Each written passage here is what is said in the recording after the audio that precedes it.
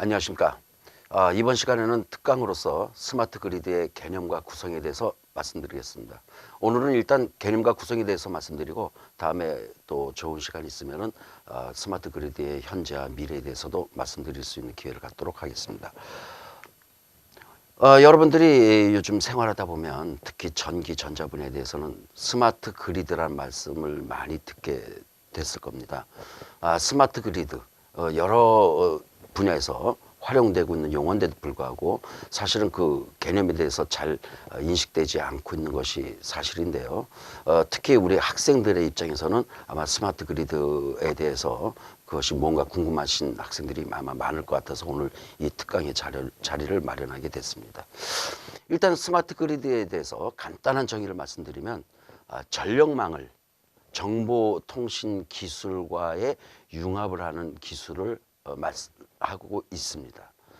여지껏 그 전기 공급이라고 하는 것은 통신과는 거의 별개로 독립적으로 에너지만 공급하는 그런 분야에 일약하고 있었습니다. 근데 이제 최근에 여러 가지 정보통신 기술이 발달하다 보니까 전력을 공급함에 있어서도 이 정보통신하고 같이 매칭할 수 있는 어떤 그런 여건은 없겠는가? 이렇게 해서 결국 구상하게 되고 발전해 나가는 그런 영역이 스마트 그리드가 되겠습니다. 이게 그 도표에서 보시는 바와 같이 실시간 전력 서비스를 공장이나 또는 집에서 사용하고 있는데 이 사용하는 과정에 있어서 그 에너지 공급을 발전소와 또는 신재생 에너지 여러 가지 영역을 통한 에너지 공급원을 통해서 공급을 하는 과정이 여지껏 일반적인 전력 공급 시스템인데 이런 전력 공급 시스템에 여러 가지 최신 통신 시스템을 구축을 하고 거기에 전기차라든가 또는 가정집에서의 여러 가지 지능형 소비 영역을 포함을 시키는 이런 과정이 결국 스마트 그리드가 되겠습니다. 그러니까 여지껏 공급자 중심의 일방향성 단지 발전소에서 전력 발생한 것을 소비자로만 공급하는 과거의 형태에서 신재생 에너지를 접목함과 아울러 통신 시스템을 포함을 해서 다양한 방법으로서의 서비스를 구축하겠다고 하는 것, 거기에 또한 전기 저장 기술까지 포함을 시키는 이러한 전반적 시스템을 우리는 스마트 그리드라고 합니다. 왜 이렇게 하느냐? 스마트 그리드를 통해서 얻을 수 있는 것이 뭐냐? 일단 간단하게 정리해 보면 수요자 중심의 문제와 그다음에 양방향성이라고 하는 것은 에너지를 이를테면 소비처에서 소비만 하는 것이 아니라 경우에 따라서는 소비처에서도 에너지를 생산을 하고 또 빌딩이라든가 공장에서도 에너지를 소비만 하는 것이 아니라 생산도 해서 생산한 에너지를 거꾸로 전력 공급처에 공급을 해서 이 소비처에서 생산한 에너지를 또 다른 소비처에도 공급하는 이런 다양성. 그러니까 소비만 하는 것이 아니라 발전도 해서 다시 재공급을 하는 이런 양방향성을 포함함으로써 여지껏 그냥 소비만 하던 비즈니스에서 개방형, 누구나 전력을 생산해서 공급하기도 하고 또한 소비도 하는 이러한 시스템으로 가자는 것이죠. 그러면 이런 것들을 좀 정리를 해보면 어떻게 되느냐 하면 여지껏 전력을 소비하는 과정만 이루어지다 보니까 열심히 발전소는 발전을 하고 또 소비처는 열심히 소비만 하다 보니까 계속 증가되는 전력 사용량에 대해서 발전소를 계속 지어야만 하는 그런 문제가 생기는 거죠. 또 전기를 소비하는 측은 여름철이라든가 또는 그 혹한이 다다르는 겨울철 이런 특정한 기간대에 전력 수요가 집중을 하게 되고 또 에너지 사용 기계는 날로 증가가 되죠. 아무래도 인구의 증가라든가 또는 그 생활의 윤택감에 따라 사용하는 기기의 확산 또 생활 수준이 높아지니까 점점 사용하는 기기는 또한 대형화 이런 과정 그다음에 여지껏은 개발도상국에서의 에너지 소비 밀도가 굉장히 낮았는데 이제는 개발도상국조차도 점점 에너지 소비가 늘어나죠. 개발도상국이 점점 성장 수준이 올라감에 따라 당연히 에너지 소비가 늘어나는 것들, 이런 것들 곧 제3세계 국가의 경쟁력 향상, 전반적으로 얘기해 보면 알고 보면은 에너지 소비의 증가와 에너지의 고갈, 이 문제가 사실은 이 내부에 함축되어 있다고 보면 되겠습니다. 이런 문제를 그대로 방치하게 되면 결국 에너지의 부족과 어느 한쪽에 집중되는 문제, 또는 어떤 계절에 집중되는 문제, 어떤 시간대에 집중되는 문제, 그래서 그쪽에서 발생하는 과부하 뭐 이런 것들이 결국 광역정전, 우리나라도 이미 광역정전을 몇 번 겪었죠. 이런 위협을 받게 되고요. 또 지구 온난화를 가속시키는, 왜냐하면 에너지 소비가 점점 늘어나니까 결국 CO2 발생이 늘어나게 되고, CO2 발생이 늘어나는 것이 결국 지구 온난화를 가속하게 되는 요인으로도 연결될 수 있죠. 결국 이러한 문제는 다시 또 지구 에너지의 고갈하고도 연관되는 문제가 됨으로써 결국 앞으로 닥칠 에너지 고갈에 우리 인류는 어떻게 대처할 것이냐. 결국 이런 문제를 해결하는 문제는 어디에 있겠는가라고 보면 결국 소비 전력을 최소화하자. 그 다음에 발전소 집중의 공급을 분산 방법으로, 분산 공급 방법으로. 다시 말하면 여지껏 발전은 발전소에서만 했는데 이제는 소비자도 발전을 하는 시스템, 또는 작은 소형 발전소를 여러 개 둬서 민간인도 발전할 수 있는 그런 시스템, 이런 다양한 분산 공급 방식으로 해결을 해보자. 그리고 신재생 에너지 사용을 극대화하자. 태양광이라든가 또는 연료전지라든가 뭐 이런 여러 가지 여지껏 화석연료를 사용하던 발전에서 벗어나서 다양한 시스템으로서의 에너지 사용을 극대화하자는 그런 개념을 한번 도입해보자. 그리고 에너지 저장을 통해서 여지껏 발전은 그냥 발전만 하면 그 실시간 발전을 하고 실시간 소비하는 형태. 그러다 보니까 에너지를 많이 소비하는 특정 시간대에 발전소가 열심히 발전을 하고, 그래서 그 에너지를 많이 소비하는 시간대에 발전소를 준비해 놓다 보니 전기를 별로 쓰지 않는 심야 전력 때는 전기가 남아 돌아가고, 또 일부 발전은 쉬게 되니 그 투자비가 결국 낭비되고, 이런 여러 가지 문제들, 그런 것들을 그러면 에너지를 많이 쓰는 시간대에 소비하는 에너지는 에너지를 별로 쓰지 않는 시간대에 생산을 해서 결국 소비하는 시간에 갖다 쓰자. 그러기 위해서는 에너지를 저장을 해야 되겠다 해서 특정 시간대에 최대 전력 공급의 문제를 해소함으로써 발전소의 용량도 좀 줄이고, 이래서 전반적인 사회 투자 비용도 줄이고, 또한 이미 완성된 발전소의 운영 효율도 최대화시키자. 뭐 이런 문제가 해결 방안으로 떠오르는 거죠. 이렇게 해서 지역별, 장소별, 시간대별, 행동별 전력 사용의 전반적인 최적화 효율의 극대화를 하기 위해서는 필수적으로 정보통신기술이 개입이 돼서 특정 시간대에 많이 소비되는 내용을 알아서 거기에 대응을 해야죠. 그러니까 이제 전기를 많이 쓸 테니 전기 많이 보내라. 또 저장했던 시스템에다 신호를 보내서 이제 에너지를 저장만 하지 말고 지금 저장했던 거 빼내라. 그러다가 어떤 시간대가 되면 전력 소비가 이제 점점 줄어드니 이제 그만 공급하고 너희 저장을 해라. 이런 다양한 통신 커뮤니케이션이 이루어져야 되기 때문에 당연히 정보통신 기술이 개입되어야만 되는 것입니다. 그래서 이렇게 정보통신 기술이 개입되고 에너지 저장 시스템, 그 다음에 신재생 에너지의 사용, 이런 것들이 전부 접목이 돼서 하나의 스마트 그리드라고 하는 큰 시스템을 구축하게 되는 것입니다. 실제로 에너지 사용 때문에 벌어진 우리나라의 발전량 또는 발전 계획을 한번 도표로 보시면 여지껏 이러한 변화가 이루어져 왔습니다. 뭐 여러 변화 그래프가 전부 중복되어 있기 때문에 한눈에 알아보기는 힘들겠지만 이 그래프를 봄으로써 그래도 전반적인 트렌드는 우리가 읽어나갈 수가 있죠. 예컨대 1월달 겨울철 비교적 높은 에너지 발전량이 기록되고 있죠. 이러다가 점점점 기온이 떨어져서 4월과 5월쯤 되면은 비교적 낮은 에너지 발전량의 그룹을 형성하고 있습니다.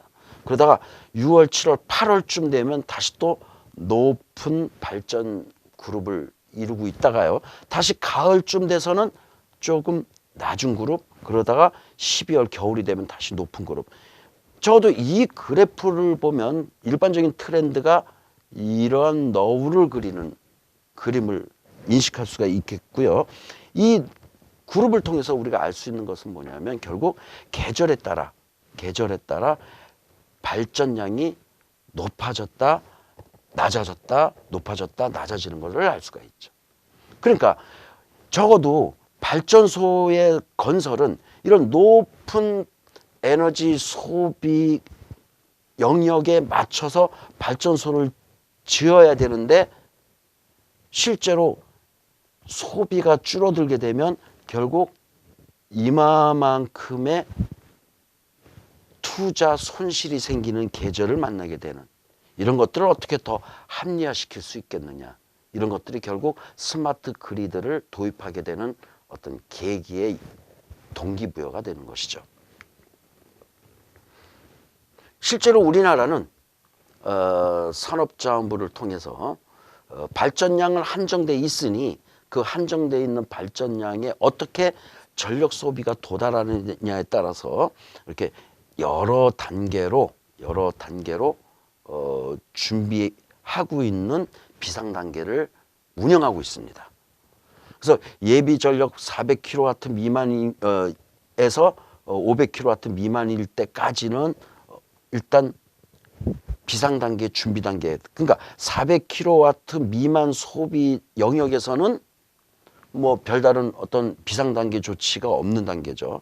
그러다가 400km를 넘었을 때부터 준비 단계 1단계, 그러다가 더 높아지면은 2단계, 더 높아지면 3단계, 더 높아지면 4단계, 5단계 이런 여러 단계로 전력수급 비상 단계의 어떤 조치 단계를 만들고 있는데, 그래서 극단적으로 우리나라 전체 전력 생산 시설 양에서 소비 전력이 차지하고 남은 영역이 100kW 미만인 경우에는 결국 비상 심각 단계로 돌입을 해서 각 지방자치단체를 통해서 전력 다소비 업체의 소비를 제한을 한다든가 여러 가지 에너지 다소비하는 어떤 장치, 시설, 설비 이런 것들을 강제로 통제를 하는 그런 단계까지 가게 됩니다. 만약에 이런 심각 단계에서도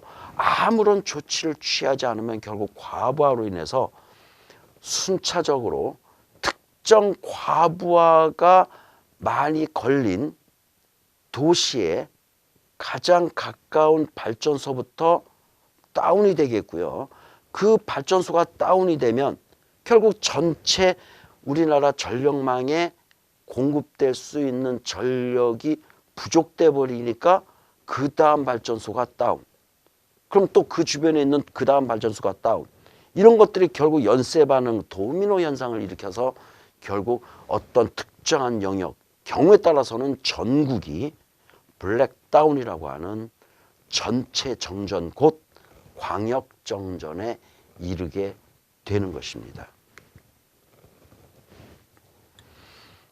단계별 예고 및 조치를 한번 보면은 적어도 평상시에는 그냥 일반적인 뭐 절전을 하라 뭐 이런 정도로 이제 한 10% 정도 자율로 전기를 많이 쓰는 기계 같은 경우는 가급적이면 사용을 자제하라 뭐 이렇게 하다가 만약에 남은 여유가 400kW 이하가 돼버리면 개별로 웬만하면은 부하를 좀 제어해달라, 제어를 위한 스탠바이를 하든지 만약에 꼭 필요하지 않으면 제어를 해달라든지 이런 것들을 그 에너지 다소비 업체 그리고 다소비 업체에 있는 여러 가지 다소비 특성을 갖고 있는 장비들 이런 것들을 대상으로 그 관리자들한테 유선이라든가 문자로 통보를 합니다.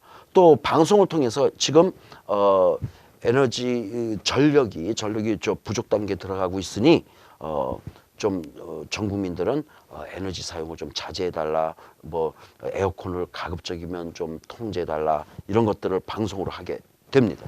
그러다가 200kW 미만이 되면 이제 아예 조업을 중단한다든가 공장 가동 자체를 아예 중단한다든가 또는 긴급 감축을 위한 여러 가지 행정 조치를 취하게 되고요. 그다음에 민방위를 통해서는 재난 경보가 발송되게 되겠죠. 문자라든가 방송이라든가 이런 것들을 통해서. 그래서 조명을 소등을 하고 냉난방을 아예 중지하는 조치까지도 들어가게 됩니다.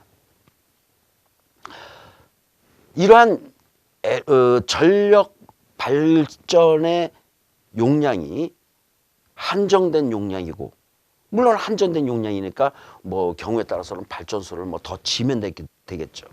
그러나 현실적으로는 여러분들 잘 알다시피 뭐 님비 현상이라든가 이런 것 때문에 전기가 부족하다고 해서 발전소를 마구 질 수도 없고, 또 발전소를 짓는 일기 발전소의 건설 단가라고 하는 단가도 사실은 어마어마한 금액이기 때문에 비용적으로, 그 다음에 주변의 어떤 주민들의 민원의 문제, 여러 가지 사회적 합의의 문제, 아주 다양한 문제 때문에 쉽게 발전소를 증설할 수는 없습니다.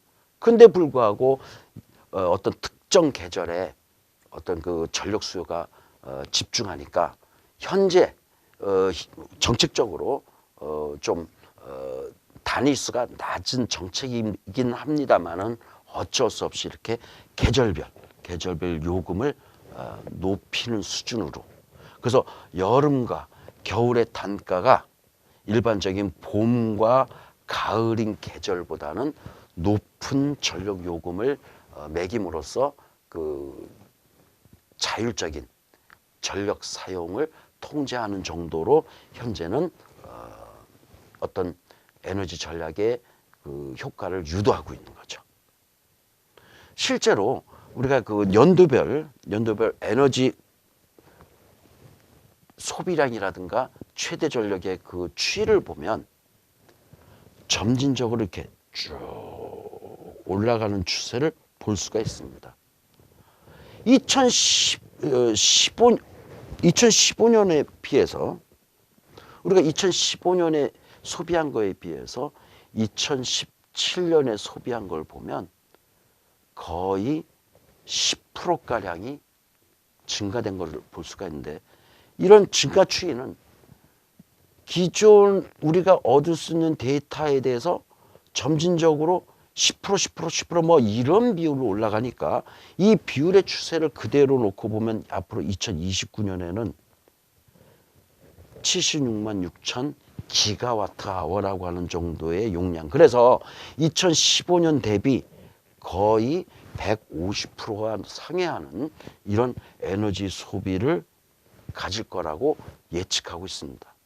이거는 1년간 전력을 소비하는 소비 전력량이라고 보는 것이고, 순간적으로 예를 들면 여름철에 아주 더운 날 또는 겨울철에 아주 추운 날, 겨울철을 기준하면 난방기구가 될 것이고 여름철을 기준하면 냉방기구가 될 것이고, 그런 계절별로 놓고 볼 때 순간적으로 모든 전 국민이 전기를 일괄적으로 쓸 때 발생할 수 있는 순간 최대 전력으로 놓고 보면 앞으로 이러한 추이가 예상돼요.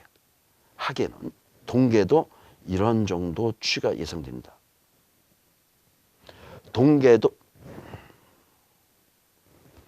하계는 이런 정도 추이가 예상되고 동계도 이런 정도 추이가 예상되는데, 두 가지가 전부 다 150%, 그러니까 전력 소비량도 150% 정도, 그 다음에 최대 전력도 대략 150% 정도 이상이 요구되는 전력 소비 패턴이 예측되고 있습니다. 그러니까 이 얘기는 현재 우리가 확보하고 있는 발전소보다도 150% 정도 더, 50% 정도 더 발전소를 앞으로 지어야 된다. 그러니까 지금 가지고 있는 발전소보다도 절반만큼이 더 건설되어야 된다. 이것이 과연 얼마만큼 현실적이겠느냐. 여러 가지 예산의 문제, 이걸 전부 정부가 감당하기에는 예산의 문제, 사회적 합의의 문제, 어떤 민원의 문제, 이런 것들이 굉장히 복잡하게 연결될 수밖에 없는 거죠.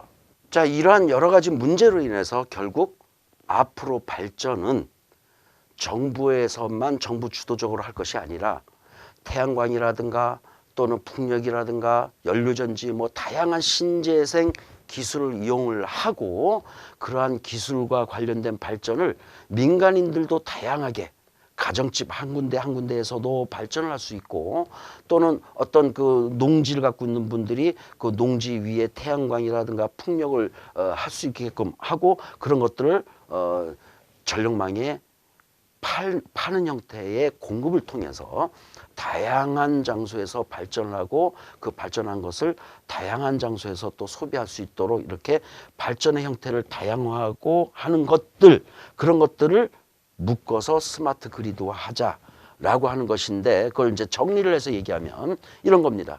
결국 전력망에 전력선 통신 등의 정보 기술을 융합을 시키고 그런 융합한 형태를 가지고 전력 소비의 여러 패턴에 맞추어서 소비자와 전력회사가 실시간으로 정보를 주고 받으면서 그리고 생산을 하고 소비를 하자.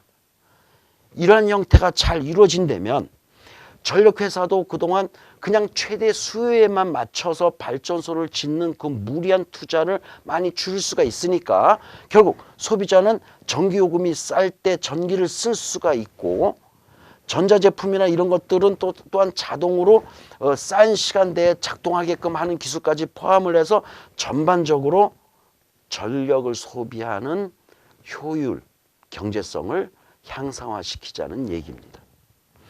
자, 정리를 다시 한번 해볼게요. 자, 전력 수급의 안전성을 위해서 전기 사용량과 공급량, 그 다음에 전력선의 상태까지 알 수 있는 기술을 집어넣는 거죠. 이 기술을 위해서 결국 통신이 필요하고 이 통신을 통해서 전력계통의 공급 수급의 최적화를 이루고 또한 안전을 동시에 확보하는 거죠. 갑자기 왜 안전이냐? 최대 전력 때 전력을 공급하는 것이 아니라 최대 전력이라 하더라도 스마트 그리드를 통해서 주변에서 저장했던 전기를 빼서 공급을 하니까 발전소에서 전력을 수요하는 장소까지의 전력 송출은 아무리 전기를 소비하는 곳에서 많은 양의 전기를 소비한다 하더라도 스마트 그리드가 되지 않은 때보다는 더 적은 전력을 공급하는 것만큼으로 결국 안전이 확보되는 것이죠. 이런 시스템이 도입됨으로써 국가적으로도 효용성이 좋아지고요. 그리고 전기 사용의 안정과 광역 차원에서의 에너지 사용의 효율을 극대화할 수 있다는 예가 되는 겁니다. 현재는 중앙집중 방식에서는 전력 사용량을 실시간으로 파악하기는 그렇게 쉽지가 않기 때문에 전력 공급량을 탄력적으로 조정할 수 없었지만 이제는 전력 사용을 실시간으로 파악하기 때문에 전력 공급량을 탄력적으로 조절할 수도 있고 또 전력 사용이 작은 시간대에는 그 최대 전력량을 유지하지 않거나 아니면 아예 남는 전력을 양수발전소라든가 또는 이제 조금 이따 설명하겠습니다만은 ESS 에너지 저장 장치, ESS 저장 장치를 통해서 에너지를 저장을 하고 또 이렇게 남은 전력 저장했던 거를 전력이 많은 시간대에 거꾸로 공급하는 형태의 탄력적인 운영도 가능하다. 그러니까 두 가지를 말씀드린 거죠. 탄력적으로 발전을 제어하는 방법이 있겠고 탄력적으로 에너지 저장한 것을 공급과 저장을 하는 형태, 이러한 형태가 가능해진다는 얘기죠. 이러다 보니까 어느 쪽도, 그러니까 공급 쪽도 또는 소비하는 쪽도 과부하가 될 일이 많이 줄어들므로써 전력망의 고장도 예방하게 되고 또한 사고도 예방하니까 이런 것들이 전반적으로 모여져서 결국 안전을 확보하는 계획까지 되겠다는 얘기입니다. 네, 이런 것들을 전부 종합을 해서 결국 개별 전력 사용자의 입장에서 그 효용성을 본다면 결국 사용하는 전기요금을 실시간으로도 확인할 수가 있고 아울러 왜냐하면 통신이 개입돼 있기 때문에요. 그래서 시간별로 내가 얼마나 전기를 쓰고 있는가 또 얼마만큼 비싼 시간대에 쓰고 있는가 이런 것들을 모니터함으로써 좀 더 저렴한 시간대에 전기를 쓰려고 하는 어떤 의욕 고취가 가능하겠고요. 또한 전기요금이 비싼 낮 시간대에는 사용을 회피하거나 아니면 뭐 가정집에서도 ESS 같은 전기 저장 장치를 소규모로 갖다 놓고 비싼 전기 시간대는 전기를 저장을 했다가 소비를 하지 않고 싼 시간대에 전기를 저장을 했다가 비싼 시간대에 꼭 전기를 쓸 경우에는 저장해 놓은 전기를 꺼내 쓴다든가 뭐 이런 식으로 시간대별로 조율이 가능하다는 얘기가 되겠습니다. 그러니까 일반 가정에서 사용하는 여러 가지 전기 기구들 또는 공장에서 돌아가는 여러 가지 산업용 장비들 뭐 전기가 흐르는 여러 가지 것들을 묶어서 효율적으로 시간대별로 계절별로 다양한 방법으로 소비자가 원하는 시간에 원하는 요금으로 쓸 수 있는 그런 신개념 시스템이 가능해지는 것이죠. 이런 것들은 비단 뭐 특정한 지역에서 가능한 게 아니라 가정집이든 또는 일반 사무실이든 또는 공장이든 원하는 누구나가 어디서나 가능하게 하는 기술로서 보급을 하겠다는 것입니다. 이렇게 하기 위해서 결국 전력망을 지능화해야 되겠고 분산전원 그러니까 여지껏 발전소로 집약돼 있던 전기 공급이 주변에 우리 집 주변에 있는 작은 태양광, 작은 풍력발전소 또 우리 집에 설치해 놓은 작은 전기 저장 장치 ESS 등등등 이런 것들이 결국 같이 전력을 공급하는 양방향 수평적 관계로서 전력 공급 체계를 유지해 나가는 것이 되겠습니다. 이렇게 하기 위해서 중앙에서는 여지껏 일방적으로 전기 공급하던 방식을 탈피하고 마이크로그리드라고 하는 건 이제 결국 여기 스마트 그리드의 종속 분야로서 작은 소규모로 구성되어 있는 어떤 세포적으로 구성되어 있는 전원 시스템을 마이크로 그리드라고 얘기합니다. 이런 아주 여러 군데에 분산되어 있는 작은 소규모의 전원 공급 시스템, 이런 공급 시스템과 같이 병행을 해서 이루어져 나가는 시스템이 되겠습니다. 그래서 이제는 전력회사만 전력 공급자가 아니라 누구나가 맘만 먹으면 에너지 프로슈머가 되는 누구나가 에너지 프로슈머가 되는 그런 발판을 마련하자. 이것이 스마트 그리드의 방향입니다. 그럼 이런 그 스마트 그리드를 도입을 하는 것을 왜 여지껏 안 하고 있다가 지금 현 시대에 와서 이런 걸 도입을 하자라고 주장하게 되느냐. 전반적인 우리 전력을 소비하는 환경이 변화됐습니다. 사실 우리 인류가 적어도 이 문명의 가장 큰 급변기라고 하는 것은 전기 발명의 그 이전과 전기 발명의 그 이후로 볼 수가 있겠죠. 적어도 인류가 문명이라고 하는 그 자체를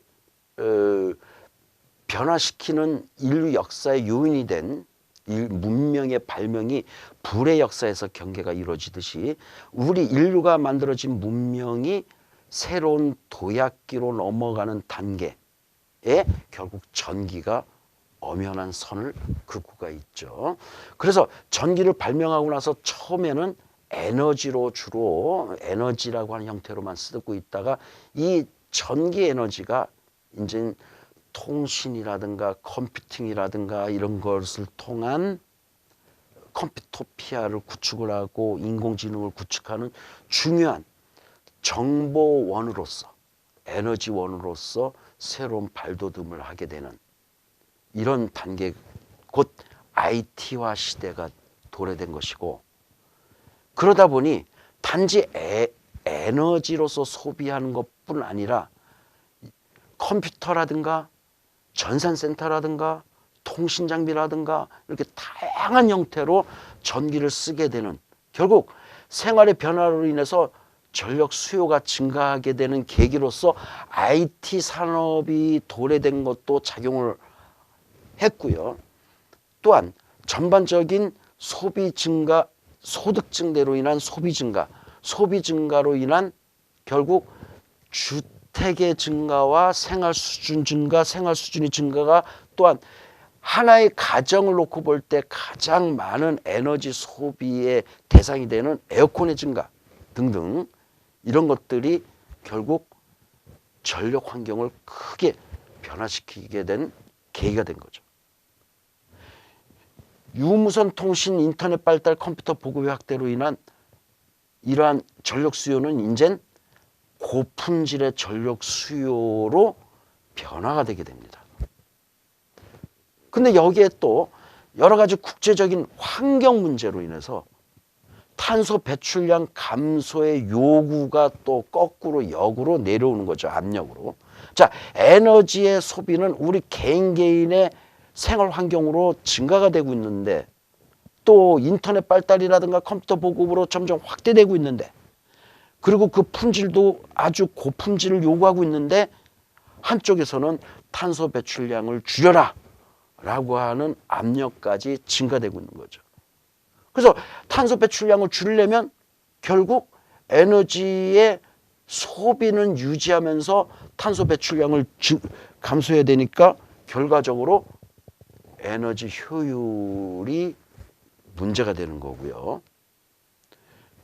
거기다가 점점점 아무리 효율을 증가시킨다 하더라도 소비되는 에너지의 소비를 맞춰는 또 나가야 되는 문제가 있는데, 그 문제는 또 투자의 한계, 계속 반복해서 말씀드리지만은 비용의 문제, 민원의 문제, 이런 것들이 또 한계에 부딪히게 되는. 그래서 다시 또 전기 품질은 소비량이 증가되니까 투자의 한계로 인해서 못 따라가는 만큼 품질은 또한 거꾸로 역으로 저하가 되고, 이렇게 하다 보니 결국 궁극적으로 광역 정전이라든가 여러 가지 사고로 연계되더란 얘기죠. 결국 1980년대부터 90년대 이후에 북미 지역과 유럽 중심으로 제한된 어떤 그 환경에서 필요 조건을 충분히 충족시킬 수 있는 어떤 방안이 있겠느냐고 하는 연구가 이제 슬슬 80년대부터 스마트 그리드에 대한 고민이 시작되고요. 결국 이러한 문제들이 투자 경제성, 안전성, 친환경성에 관해서 스마트 그리드밖에는 방법이 없다는 것을 알게 됐음에도 불구하고 전력 시스템이 아직은 1980년대라고 하는 거는 컴퓨터가 이제 겨우 8비트 컴퓨터가 태동 단계에 있었던 그런 전력 시스템 산업이 보수적인 그런 상태였기 때문에 아직은 실현할 수 없고 이상적인 개념으로만 잡혀 있었다가 이제 좀 IT화가 어느 정도 구축이 된 2000년 중반부터 본격적으로 사업화가 시작되기 시작한 거죠. 그래서 이제 우리가 스마트 그리드라고 하는 용어를 피부적으로 많이 듣게 되는 계기가 2000년 중반부터 우리가 듣기 시작하게 된 것입니다. 결국 전력을 많이 쓰다 보면 현 보수적인 시스템에서는 과부하로 인해서 과부하 지역을 중심으로 한 인근 지역의 발전소부터 다운이 이어지는 블랙다운으로 간다고 말씀드렸는데, 그럼 실제로 이런 일들이 어떻게 벌어졌느냐. 1977년 7월에 미국 뉴욕에 무려 25시간의 정전이 발생해서 상점의 1700곳이 약탈이 되고, 그로 인해서 체포된 인원만 3천여 명, 약 800만 명이 피해를 보고, 거기 따른 전반적인 사회적 피해가 약 1,200억 원이 피해를 봤다고 합니다. 거의 무법지대를 만들게 된 그런 계기가 됐는데요. 이렇게 정전이라고 하는 건 단지 전기 에너지를 쓰고 안 쓰고의 문제가 아니라 정전됨으로써 발생되는 그 지역의 올스톱적인 사회적 현상은 결국 범죄와 사회 안정까지도 위협하게 되는 그런 계기가 됩니다. 2001년 1월에도 미국 캘리포니아 주의 샌프란시스코에서도 또 그 인근 지역 세크라멘토라든가 로스앤젤레스 등 대도시 중심의 정전이 벌어져서 2차 대전 이후 최대의 정전이라고 하는 기록을 남겼고요. 여러 지역에서 광역정전이 벌어졌는데 우리나라도 2006년 4월에 전체 전력 수용가의 약 50%, 제주도 전체 전력 수용가의 약 50%의 정전이 발생했던 사례가 있었고 마침내 2011년 9월에 한국의 전국 지역을 통틀어서 753만 가구의 정전이 발생해서 피해 추산 620억 원의 그 피해가 발생했고요. 물론 이건 추산치지만 실제로는 이보다 더 많은 피해가 벌어졌다고 합니다. 예, 이렇게 그 광역정전이 벌어졌는데 그 원인으로서 결국 수요 예측의 실패가 원인으로 밝혀지고 있고요. 왜냐하면 최대 수요 6,400만 킬로와트 정도가 소비될 것이다.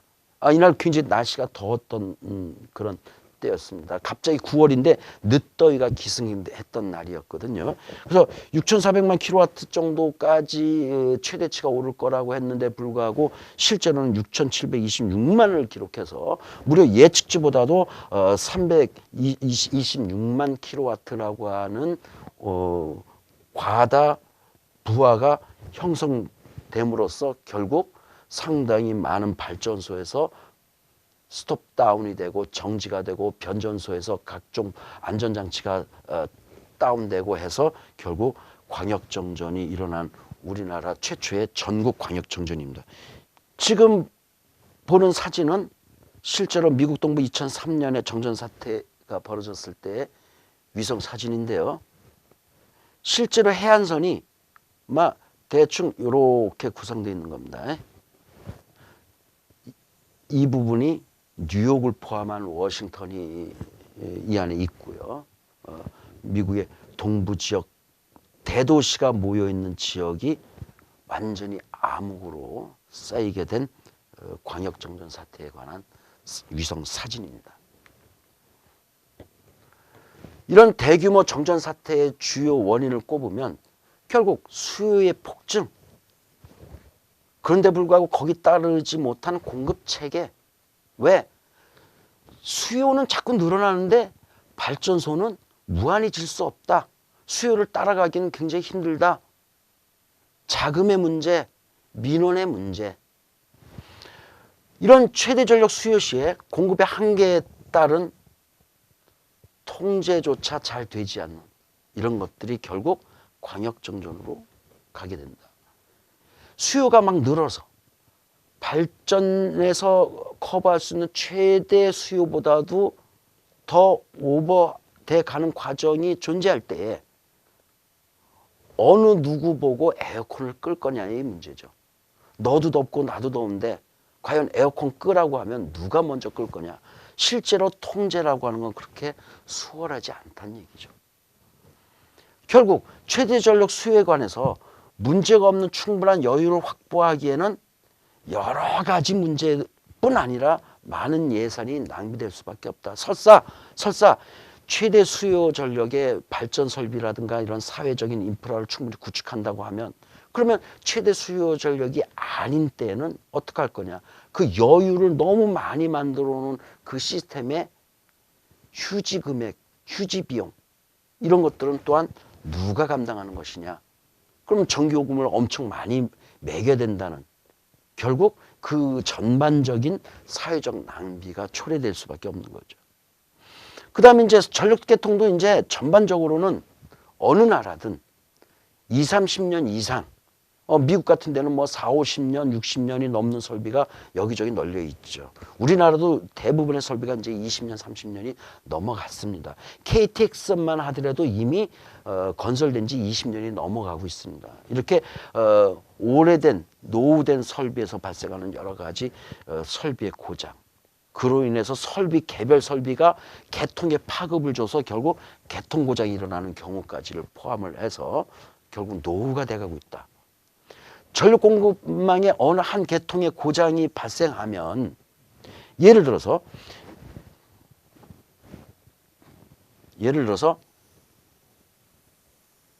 이게 전력망인데 에너지를 소비하는 소비처, 여기에 전기를 공급하는 발전소, 소비처, 발전소, 소비처, 이 상호관계가 현재 균형이 잘 맞고 있다라고 하는 과정에서 해필이면 이쪽 발전소의 개통이 고장나서 이 부분이 다운이 됐다. 근데 수요처는 지금 여기 수요처는 지금 전기를 계속 쓰고 있는 중이란 말이에요. 아까는 3군데의 발전소에서 전력 소비를 공급하고 있었는데 갑자기 한 개통이 고장이 나면 나머지 2개의 발전소가 이 전력을 공급해야 되는데 3군데에서 계속 전기를 쓰고 있으니 과부하가 돼서 결국 여기도 파급이 돼요. 이것이 결국 광역 정전에 이르는 거죠. 즉 어느 한 개통의 고장이 전체 전력 공급 체계의 균형을 상실시키게 된다. 이것이 대규모 정전 사태의 굉장히 중요한 요인이다. 결국 안정적으로 전기를 공급하다가 발생하는 돌발적인 전력 공급의 중단은 어느 한 군데의 중단조차도 전체적인 광역 정전으로 확산될 수밖에 없는 그런 원인이 제공된다는 얘기죠. 자, 이런 것들을 다 해소하기 위해서 스마트 그리드를 도입을 한다. 그럼 이제 쭉 왜 스마트 그리드를 도입을 하는지에 대한 이유가 쭉 나왔으니 이제 스마트 그리드를 도입을 하는데 따른 정의를 다시 한번 이제 정리를 해보는 거죠. 자, 기존 전력망에 IT 기술을 결합을 하고 그다음에 전력 공급원은 다양하게 분산하고 안정적이고 고도와 고효율의 전력망을 구축하는 여러 가지 기술을 도입한 차세대 전력 관리 시스템으로서 전력 흐름의 관점에서 보면 발전이라든가 송전이라든가 배전 또 수용가는 전기를 사용하는 쪽이죠. 수용가에 이르는 전 과정에 대해서 지능적인 양방향 분산 전력 관리 시스템을 도입하는 것, 이것이 결국 스마트 그리드의 정의가 되겠습니다. 여기서 말하는 분산 전력이란 계속 말씀드렸던 발전소에서만 전기를 생산하는 것이 아니라 전기를 쓰고 있는 우리 집 주변에 자그마한 태양광, 자그마한 풍력 또는 연료전지 이렇게 다양한 장소에서 전력을 공급함으로써 설사 과부하로 인해서 어느 발전소가 정전이 된다 하더라도 우리 집은 바로 옆에 있는 풍력발전소에서 태양광 발전소에서 또 우리 집에 있는 ESS 전기 저장 시스템에서 계속 전기를 공급받음으로써 어느 한 발전소의 과부하 정전이 우리 집은 물론 다른 지역까지도 파급되지 않는, 단지 한 발전소의 과부하 고장으로만 사건이 종료되게끔 하는 그런 과정으로서 지능적 양방향 분산 전력 관리 시스템을 만드는 것이 결국 스마트 그리드의 정확한 정의가 되겠습니다. 이런 것들을 이제 다시 설명해 드리면 기존 에너지인 수력, 화력 이런 것들과 신재생 에너지인 풍력, 태양광 또 그 외 여러 가지 다양한 발전원을 만들어서 전력의 공급 및 관리가 좀 더 원활하게 만들고요. 그런 만들어진 전력망에 현재까지 중앙 집중형 일방향 관리 방식에서 탈피하고 분산 방식으로 양방향 전력 제어 시스템을 사용하는 것, 이것이 스마트 그리드입니다. 이렇게 함으로써 결국 전반적으로 에너지 소비 감소를 이루고요. 결국 석탄 화력 발전소의 가동률도 줄이게 되는 효과가 되니까 태양광을 사용하게 되는 그러한 과정을 통해서 전반적인 탄소 배출량 감소까지도 이르게 하는 그린 IT 영역을 말하는 것이기도 하죠. 이러한 전반적인 시스템은 우리나라의 앞으로의 그 국가의 경영 기조인 4차 혁명에 포함되는 기조고요. 결국 전반적인 운영을 통합 운영 시스템을 하나 두고 이 운영 시스템의 통제에 따라 양방향으로 다양한 형태로서 에너지를 만들고 만든 에너지를 다양한 방법으로 소비하는 그런 형태로서 운영하게 됩니다. 자, 스마트 그리드를 구성하는 어떤 시스템을 보면 우선 소프트웨어적인 요소가 있고 그 다음에 하드웨어적인 요소가 있는데 우선 소프트웨어적인 요소를 한번 볼게요. 소프트웨어적인 요소의 관리적 측면을 보면 우선 전기를 얼마나 많이 쓰고 있는지에 대한 수요 관리가 필요하고요. 그 수요에 따라 정전이 일어나지 않게끔 정전 관리가 필요하겠고요. 이런 정전이 일어나지 않게끔 하기 위해서 결국 발전원을 다양하게 분산시키는 분산 전원 관리 시스템이 필요하고요. 이런 분산된 전원을 통해서 들어오는 전력이 주 메인망의 전력과 서로 간섭되지 않고 좋은 파형과 좋은 형태 양질의 전력 공급의 흐름의 시스템을 갖추기 위한 전력 품질 관리 시스템, 그리고 이런 것들이 원활하게 잘 돌아가게끔 늘상 안전 시스템을 관리하는 예방 보수 시스템, 이렇게 관리적 측면이 있겠고요. 이런 것들을 구성하는 시스템으로서는 스마트 검침 시스템, 여지껏 사람이 직접 전기를 사용하는 곳에 가서 계량기를 쳐다보고 그러다 보니까 어떤 사적 공간에서는 프라이버시 침해도 있고요. 해서 또 어떤 곳은 실제로 굳게 닫힌 철문에 더 이상 들어가지 못해서 검침 자체가 안 되는 경우도 많았는데 이제는 원격으로 자동으로 통신망을 통해서 검침을 하는, 이미 거의 우리나라 같은 경우 뭐 90% 이상 보급되어 있습니다. 스마트 검침 시스템, 원격으로 통신망을 통한 전기 사용을 검침을 하는 것뿐이 아니라 이 스마트 검침 시스템을 통해서는 다양한 전기 사용자의 정보, 언제 전기를 많이 쓰고 있는지, 어느 시간대에 많이 쓰고 있는지, 또 얼마만큼 1년간 전기를 소비하고 있는지, 어떤 형태로 쓰고 있는지 다양한 정보가 포함된 검침 시스템이 도입이 되고요. 그 다음에 이러한 시설 전반적으로 운전을 자동화되는, 예를 들어서 어떤 한 곳에서 정전이 일어났을 때 빨리 주변에 있는 전원 시스템으로 전력 소비량만큼으로 정전된 것에 의해서 손실된 만큼을 빨리 보존해서 더 생산하도록 서로 연계가 돼야 되는 그런 것 등등이 전부 인위적이 아니라 자동으로, 경우에 따라서는 인공지능을 도입해서라도 운영을 하게 되는 이런 설비 운전 자동화 시스템이 포함이 되고요. 그리고 여기까지 아무리 잘 이루어진다 하더라도 전기가 갖고 있는 기본적인 특성, 발생함과 동시에 소비된다는 것.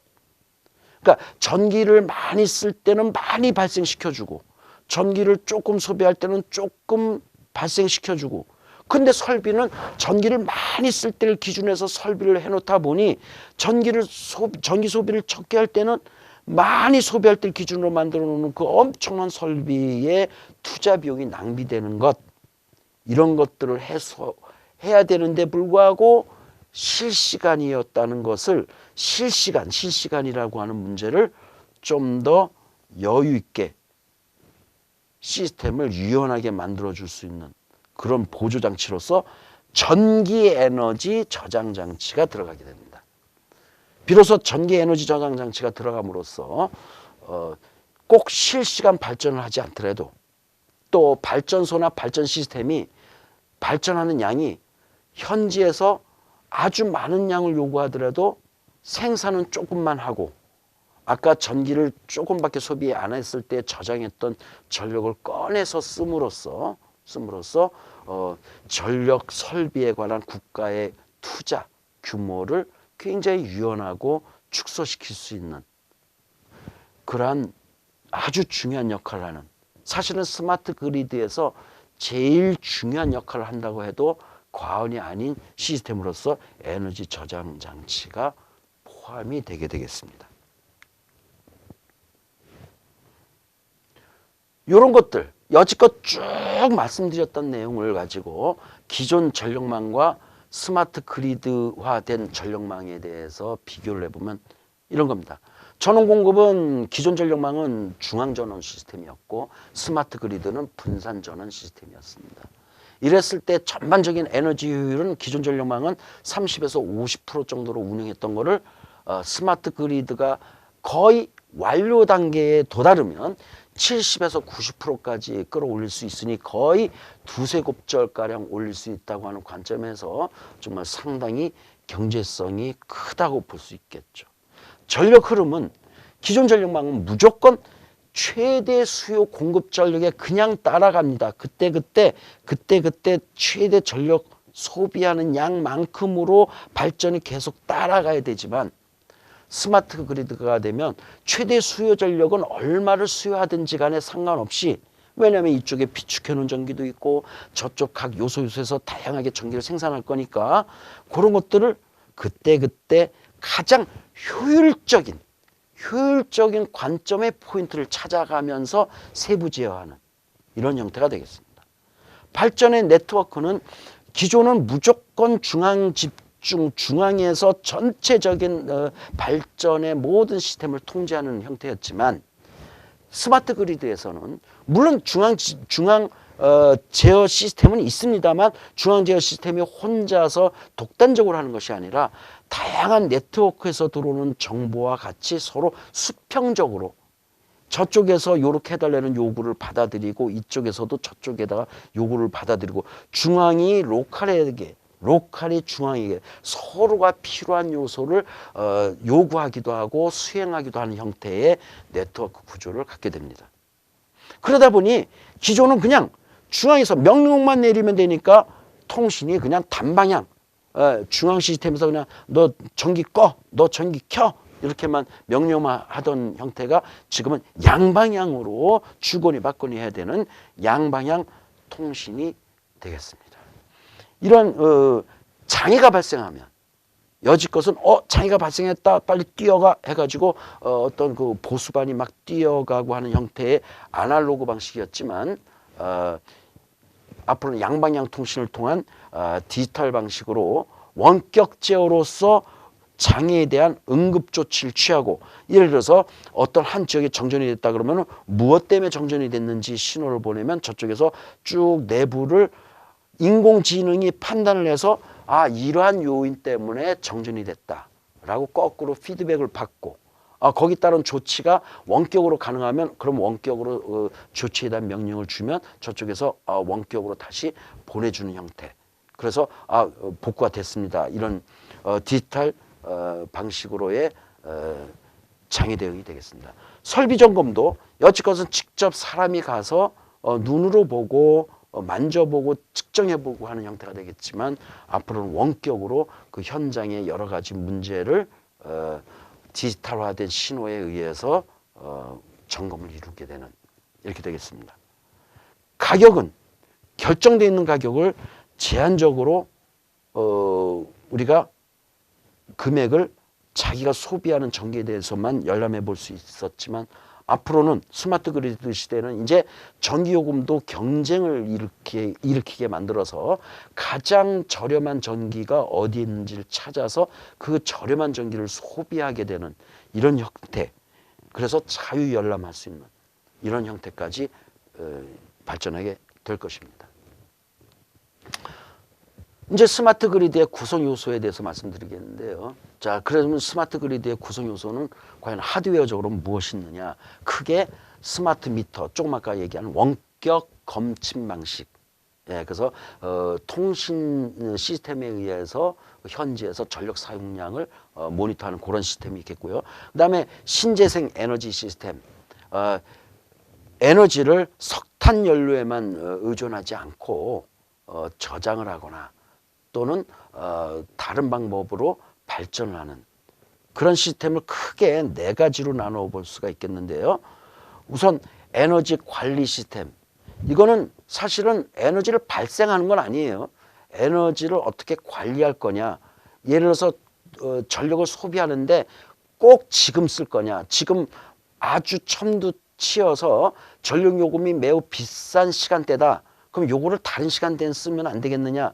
가능하다. 그러면 그걸 자동으로 에너지 소비를 특정한 저렴한 시간대에 소비할 수 있도록 관리하는 뭐 이런 종류의 시스템을 말합니다. 그래서 에너지 관리 시스템. 그다음에 에너지 저장 시스템. 이것도 물론 에너지를 발생하는 시스템은 아닙니다만 저렴할 때에 에너지를 저장했다가 비쌀 때에 꺼내서 쓸 수 있는 그래서 에너지 저장 시스템.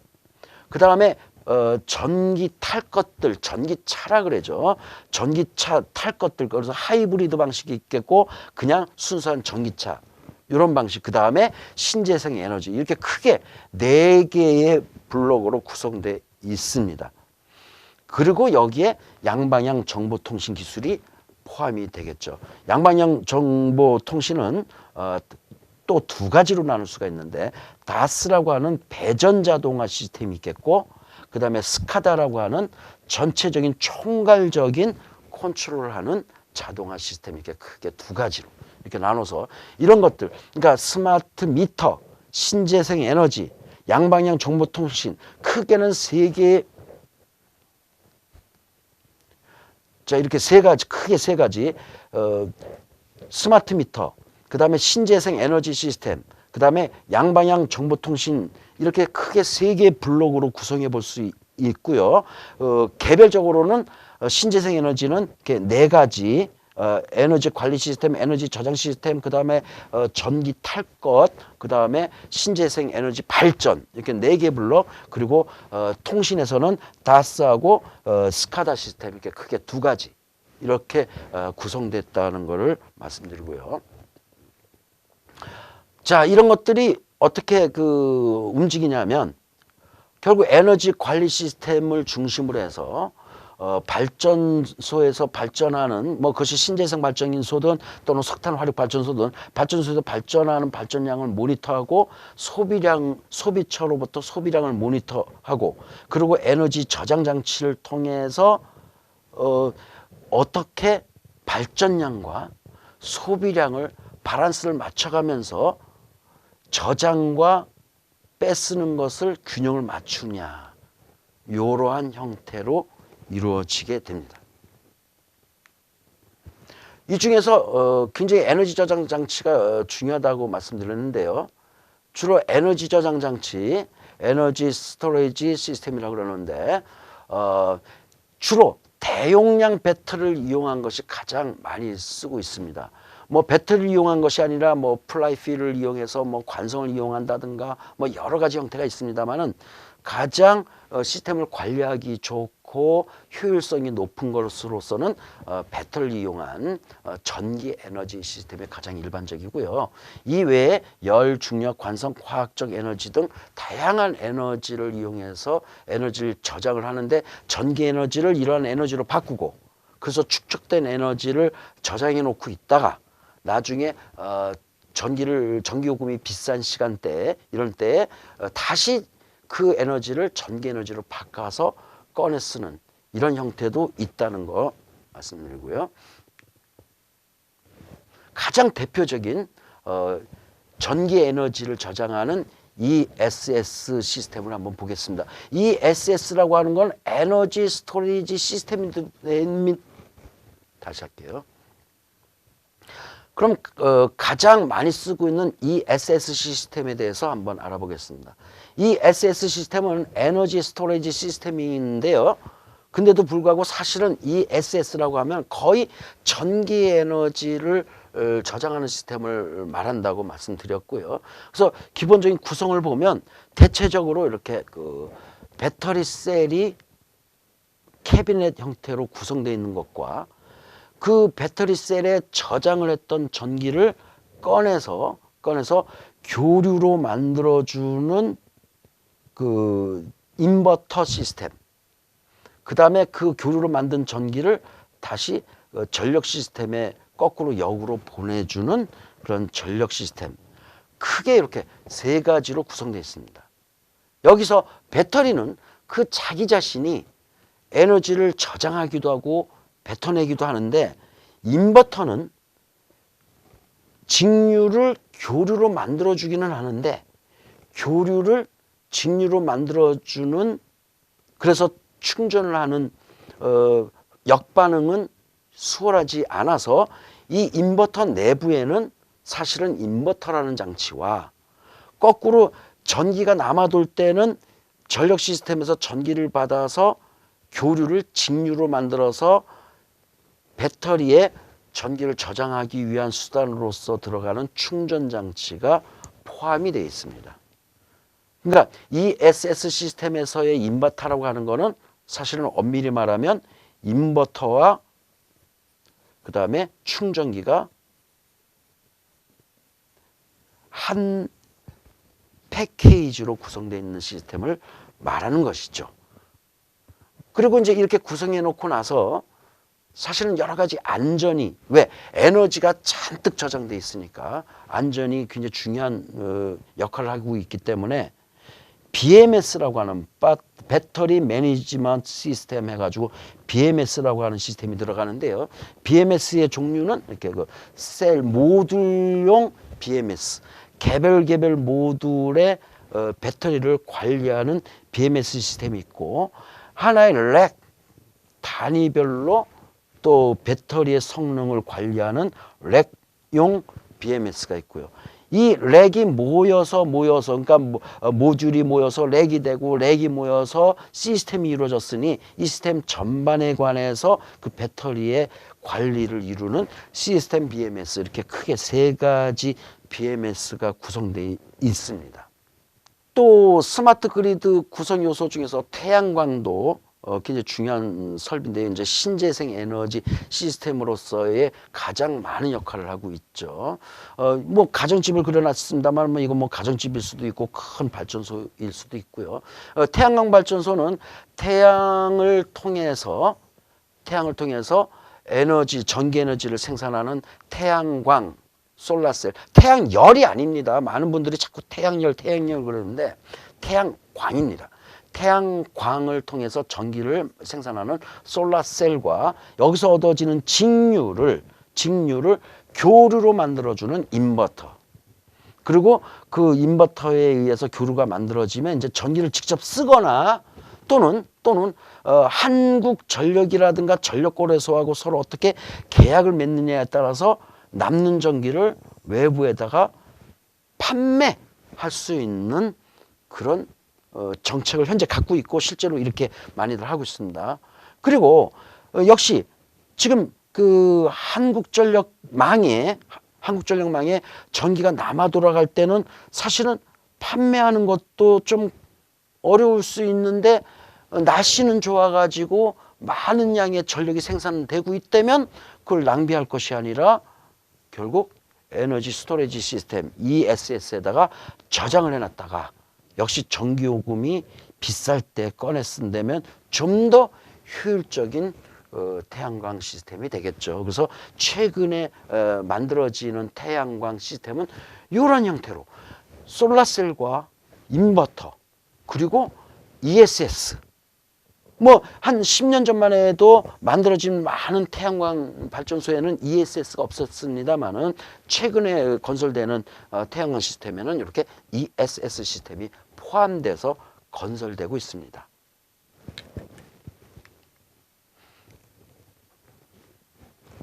조금 아까 말씀드린 것처럼 꼭 전기 에너지를 저장하는 것뿐이 아니라 ESS 중에서는 여러 가지 형태가 있다고 그랬는데, 지금 보시는 그림은 관성을 이용한 플라이필 효과, 이건 한국전기기초연구원에서 실제로 개발이 된 이러한 원리의 플라이필 효과를 이용한 ESS인데요. 전기가 많이 남아 돌아갈 때에 모터를 통해서 이 모터입니다. 모터하면서 제네레이터. 모터는 외부에서 에너지를 주면 발전기가 되고, 외부에서 기계적 에너지를 주면 발전기가 되고, 또 전기 에너지를 주면 거꾸로 모터가 되죠. 그러니까 전기가 많이 남아돌 때에 전기를 공급을 해서 커다란 관성이 무지큰 커다란 팽이를 돌리는 거죠. 그러면 이 플라이휠이 계속 돌아서 관성에 의해서 계속 돌고 있다가 어느 시점에 전기가 모자라는 시점 또는 전기요금이 비싼 시점에는 공급했던 전기를 끄고 가만히 놔두면 관성에 의해서 도는 힘이 결국 아까 모터였던 장치를 발전기 역할을 만들어서 거꾸로 전기가 역으로 바깥으로 나가게 되는 이러한 형태로 쓰여지고 있습니다. 그 다음에 이제 우리가 잘 알고 있는 전기차. 전기차는 스마트 그리드에서 역시 또 굉장히 중요한 자리를 차지하죠. 왜냐하면 스마트 그리드의 목표 중에 탄소 절감이라는 목표가 아까 있었죠. 결국 여지껏 길거리를 다니는 화석 연료를 소비하는 수많은 탈 것들이 결국 전기차로 바뀐다면 탄소 저감에 큰 효과를 발휘할 테니 결국 이 탈 것도 결국 스마트 그리드의 영역에 집어넣고, 그리고 태양광, 풍력 이런 것들로 생산된 전기를 결국 탈 것에다가 사용한다면은 결국 화석 소비량의 굉장히 낮은 소비율을 달성할 수 있는 중요한 매체가 될 것이다 해서 우리 탈 것들 전기차를 스마트 그리드의 영역에 넣었죠. 뭐 그 전기차의 내부 원리는 간단합니다. 배터리가 있고 그 배터리를 외부로부터 충전을 하면 충전된 전기가 결국 모터를 돌려서 결국 기아에 의해서 바퀴가 돌고 주행하게 되는 것이죠. 이러한 그 전기차도 사실은 크게 나눠보면 세 가지로 나눌 수가 있는데요. 엔진, 기존 화석 연료를 쓰는 엔진에 모터가 포함이 돼서 모터는 보조 동력으로만 활용하는, 그래서 여전히 화석 연료는 쓰지만 예를 들어서 언덕을 올라간다. 언덕을 올라가서 꼭대기까지 올라가면 그 위치에서의 위치 에너지 값이 있으니 내려갈 때는 위치 에너지에 의한 관성 가지고도 주행이 가능한, 그때의 그 위치 에너지에 의해서 내려가는 관성을 모터를 돌려서 브레이크 작용도 하면서 아울러 전기까지 생산을 한다면 다음번에 언덕을 올라갈 때는 저장해 놓은 그 에너지를 활용을 해서 올라갈 때의 엔진의 부담을 현저히 줄일 수 있지 않겠느냐. 이런 기본 원리에서 출발한 거죠. 그러나 궁극적으로는 화석연료를 쓴다는 것. 그래서 어떤 그 축적된 위치 에너지 값을 서로 나눠가면서 씀으로써 연비를 향상하는 정도. 그것이 이제 좀 더 본격적으로 가면 이제 아예 방식은 같은데 모터가 있고 엔진이 있는 건 같은데 좀 더 배터리 용량을 키워서 집에 왔을 때 집에서 충전을 했다가 또는 충전소에서 충전을 했다가 적어도 그 운전자가 원할 때는 전기차로 또 원할 때는 화석으로 이렇게 병행하게 움직임으로써 좀 더 전기 사용량을 늘리게끔 하는 형태의 플러그인 하이브리드 자동차가 있고요. 그리고 완전히 전기로만 주행하는 전기차가 있고, 이렇게 크게 세 가지가 있겠습니다. 뭐 당연히 주행하는 데 따른 비용 또 탄소 배출량은 뭐 전기 자동차가 제일 크겠습니다만 아직까지 충전소의 문제, 그다음에 배터리 충전하는 데 들어가는 여러 가지 시간적 문제, 뭐 충전소의 확보 문제, 여러 가지 때문에 아직은 좀 보급이 조금 더디고 있습니다만은 이제 많은 개발을 통해서 궁극적으로는 모든 탈 것들은 결국 전기차로 바뀌어가지 않겠느냐 이렇게 보고 있습니다. 여러분들이 잘 아시는 풍력발전소입니다. 풍력발전소는 바람이 불 때 회전을 하게 되는 블레이드와 그 블레이드에 연결된 발전기, 그 다음에 그 발전기와 블레이드 사이에 삽입을 해서 바람의 속도에 관계없이 일정한 속도로 돌게 한다든가 또는 감속을 한다든가 등등을 하게 만드는 중속기, 그리고 발전기에서 생산한 전기를 빼서 필요한 형태, 어떤 경우는 교류 발전기여서 교류를 직접 송출하기도 하지만 또 어떤 경우는 직류로 발전해서 인버터를 놓고 교류로 만들어서 공급하기도 하고요. 또 어떤 발전기는 고압이어서 저압으로 변환해서 보내는 경우가 있는가 하면 거꾸로 저압이었는데 고압 송전계통에 연결하기 위해 또한 어떤 경우는 고압 발전기인데 고압 송전계통에 직접 연결하는 경우도 있지만은 어떤 경우는 저압 발전기인데 고압 배전계통에 연결하기 위해서 변압기를 놓는 경우도 있고 등등 전력 변환 장치가 중간에 개입되고요. 그 변환 장치를 통해서 결국 전력 시스템으로 연결되게 되겠습니다. 이제 이러한 우리가 잘 알고 있는 태양광, 그 다음에 전기차, 그 다음에 풍력 발전기 뭐 이런 것들 말고도 사실 또 굉장히 다양한, 비록 보급률은 좀 저조하지만 다양한 형태의 신재생 에너지 그 발전 시스템이 있는데요.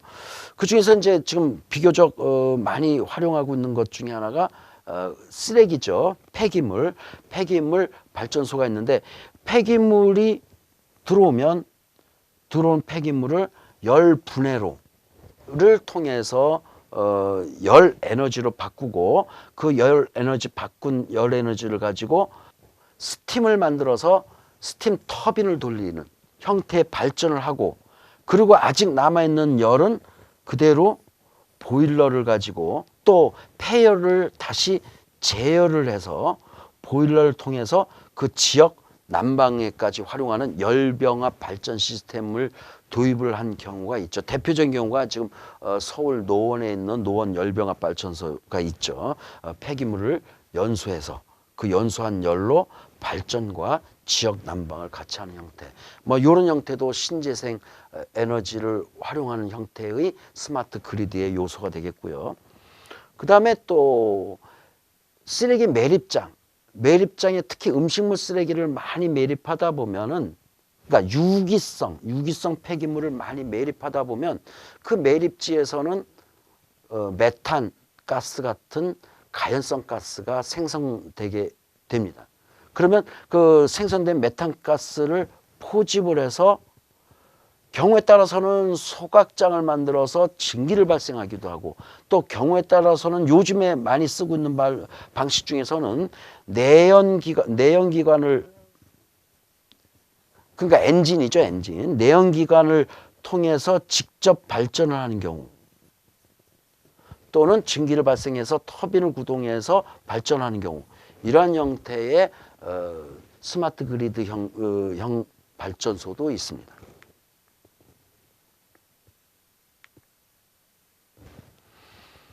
앞으로 굉장히 크게 발전할 영역으로 판단되는 분야인데요. 연료전지입니다. 아직까지는 조금 그 발전 속도가 좀 더딥니다만 지금 가장 최근에 굉장히 장족의 연구 결과가 나오고 있기 때문에 아마 조만간에는 상당히 많은 지역에 연료전지 시스템이 보급될 거라고 판단되는데요. 수소가 포함된 여러 어떤 화합물에서 수소를 추출하거나 아니면 그냥 수소를 공급받아서 그것을 산소와 같이 스택이라고 하는 구조물에 집어넣는데요. 그 구조물 안에는 전해질 용액이 들어가 있고 그것이 뭐 여러 가지 뭐 삼투막이라든가 뭐 또는 여러 가지 형태의 구조를 갖고 있는 전해질 영역이 존재해요. 그 전해질 영역을 통해서 투입한 수소가 통과하는 동안 이 한쪽에서 보낸 산소와 결합하기 직전에 수소 이온이 발생하고요. 그 수소 이온의 농도에 따라 결국 수소 이온이 발생하기 직전에 음극, 수소 이온이 발생하고 난 뒤에 양극의 형태의 전이차가 형성됩니다. 이 형성된 전이차를 양쪽에 전극을 만들어서 이으면 전기가 흐르는 형태, 이런 형태가 연료전지가 되겠는데요. 결국 투입한 수소는 전해질 층을 통과해서 빠져나올 결과 산소와의 결합을 통해서 물이 배출되는 아주 클린한, 전혀 CO2를 발생하지 않는 아주 깨끗한 시스템이죠. 다만 계속 지금 연구되고 있는 과정은 효율의 문제, 그 다음에 요 규모, 크기의 콤팩트화, 이런 것들이 지금 계속 연구되고 있는데요. 조만간에는 가정용으로도 아주 심플하게 개발되지 않겠느냐, 이렇게 보고 있습니다.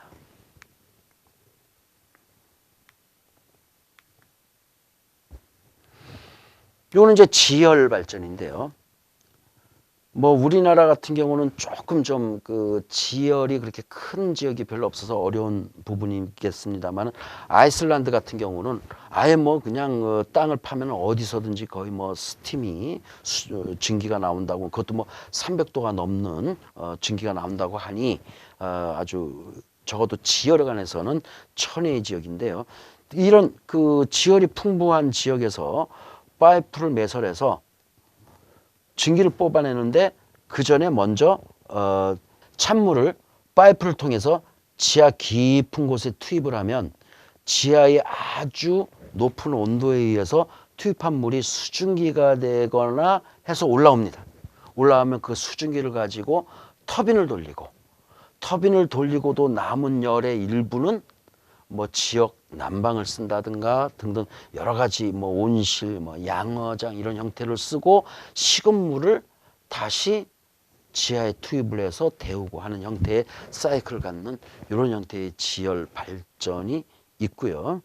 우리나라도 지금 포항에 이러한 비슷한 발전소를 지금 지어서 현재 시험 가동을 했다고는 들었는데 현재는 정보가 없습니다.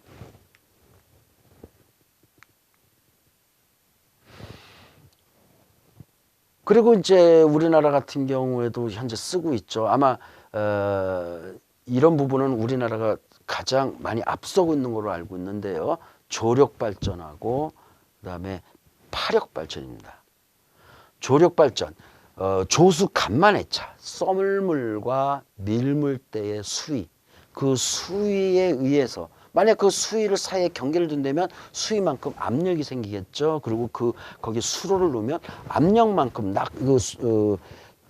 낙차만큼으로 결국 물이 한쪽으로 이동을 할 테니 결국 썰물과 밀물을 이용해서 발생하는 수위의 낙차 차이를 이용해서 수로를 통과하는 물의 흐름에 수류 터빈을 놓고 터빈이 돌아가는 걸로 발전을 하는 우리나라의 시와호의 조력 발전소가 대표적인 발전소가 되겠죠.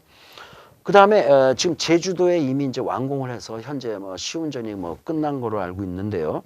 파력 발전입니다. 지금 제주도에 만든 파력 발전은 이런 형태고, 그 외에 또 외국에서 다른 곳에서 연구하고 있는 파력 발전 이런 형태가 있는데, 지금 이 형태 같은 경우는 파도가 진행될 때마다 그 옆에 시멘트 구조물로 공기층을 만들어 놓으면, 공기실을 만들어 놓으면 파도가 생길 때마다 공기실 내에 물이 출렁할 것이고, 출렁할 때마다 공기실에 있는 공기가 압력을 받으니 공기가 나갔다가 들어왔다 하는 호흡작용이 일어날 겁니다. 그 호흡작용하는 노즐 부분에 터빈을 놓으면 그 터빈이 계속 돌 수 있겠죠. 호흡작용을 하는 바람의 가역 방향과 상관없이 터빈은 한쪽으로만 돌게끔 설계가 가능하니까, 그래서 한쪽으로 계속 돌게끔 설계가 된다면 결국 발전기를 계속 돌려서 파도가 있는 만큼으로 계속 발전할 수 있는, 현재 제주도에서 설치해서 시운전하고 있는 형태의 파력발전소로 알고 있고요. 지금 이 그림 같은 경우는 파도가 칠 때마다 부유물인 마치 에드벌룬과 같은 부유물, 물 속에 잠수되어 있는 이 부유물이 파도 칠 때마다 양쪽으로 왔다 갔다 할 때 요 밑에 양쪽으로 왔다 갔다 하면 그 운동을 기계적인 에너지로 바꿔서 조그만 발전기를 돌리게끔, 그 발전기 조그만 발전기가 여러 군데 있는 것을 서로 전선으로 이어서 전력 변환기로 보내서 전력을 사용하는 그런 형태의 파력 발전소, 뭐 이런 것들, 이렇게 다양한 형태의 스마트 그리드를 구성하는 발전 시스템이 있습니다. 오늘은 스마트 그리드의 의미와, 그리고 스마트 그리드를 왜 하게 됐는지, 그 다음에 스마트 그리드를 구성하는 구성 요소, 이런 것들에 대해서 강의를 했습니다. 다음번에 혹시 시간이 있으면 스마트 그리드의 현재, 그리고 앞으로의 미래, 그리고 우리 젊은 학생들이 스마트 그리드에 대해서 어떤 비전을 가질 수 있는 것들을 한번 다뤄보도록 하겠습니다. 감사합니다.